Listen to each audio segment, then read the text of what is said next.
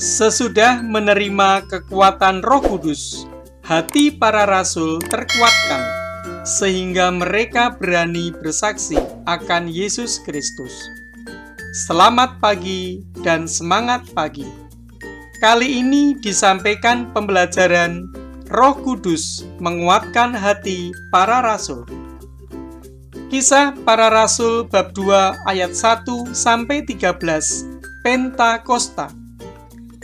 Ketika tiba hari Pentakosta, semua orang percaya berkumpul di satu tempat. Tiba-tiba turunlah dari langit suatu bunyi seperti tiupan angin keras yang memenuhi seluruh rumah di mana mereka duduk. Dan tampaklah kepada mereka lidah-lidah seperti nyala api yang bertebaran dan hinggap pada mereka masing-masing. Maka penuhlah mereka dengan Roh Kudus.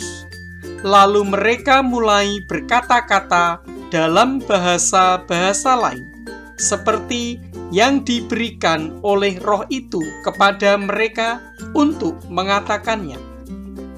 1. Apa dampak yang dialami oleh para rasul dari peristiwa turunnya Roh Kudus? 2. Apa saja tanda-tanda kehadiran Roh Kudus pada para rasul? 3. Apa arti dari tanda-tanda tersebut? Lukas bab 24 ayat 13-14. Yesus menampakkan diri di jalan ke Emaus. Pada hari itu juga, 2 orang dari murid-murid Yesus pergi ke sebuah kampung bernama Emaus, yang terletak kira-kira 7 mil jauhnya dari Yerusalem. Dan mereka bercakap-cakap tentang segala sesuatu yang telah terjadi. Yohanes bab 20 ayat 19. Ketika hari sudah malam, pada hari pertama minggu itu, berkumpullah murid-murid Yesus di suatu tempat dengan pintu-pintu yang terkunci, karena mereka takut kepada orang-orang Yahudi. Pada waktu itu, datanglah Yesus dan berdiri di tengah-tengah mereka dan berkata, "Damai sejahtera bagi kamu."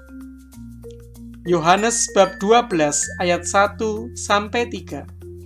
Yesus menampakkan diri kepada murid-muridnya di pantai Danau Tiberias. Kemudian Yesus menampakkan diri lagi kepada murid-muridnya di pantai Danau Tiberias, dan ia menampakkan diri sebagai berikut.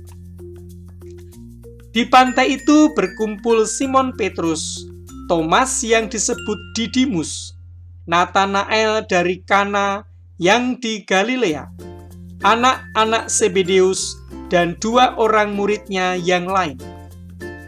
Kata Simon Petrus kepada mereka, "Aku pergi menangkap ikan." Kata mereka kepadanya, "Kami pergi juga dengan engkau." Mereka berangkat lalu naik ke dalam perahu. Tetapi malam itu mereka tidak menangkap apa-apa. Rangkuman. 1. Setelah Yesus bangkit, para rasul dikuatkan kembali. Walaupun sebelumnya ketika Yesus disalib dan wafat, hati mereka sangat terguncang dan sedih, dan memutuskan untuk kembali ke kampung halaman masing-masing, dan ada yang memilih tempat tinggal di Yerusalem. 2. Roh Kudus yang turun atas para rasul dalam bentuk lidah-lidah api dan tiupan angin keras. Angin melambangkan kehidupan, api melambangkan semangat baru. 3. Peristiwa turunnya Roh Kudus disebut Pentakosta. 4. Setelah Yesus bangkit, ia menampakkan diri selama 40 hari kepada para rasul, dan pada hari ke-40, Yesus diangkat ke surga. 5. Pada hari ke-50, Roh Kudus turun atas para rasul. 6. Peristiwa Pentakosta memiliki dampak bagi kehidupan para rasul. Para rasul semakin berani bersaksi. Para rasul semakin bersatu dengan Allah. Para rasul memiliki semangat yang baru. Refleksi.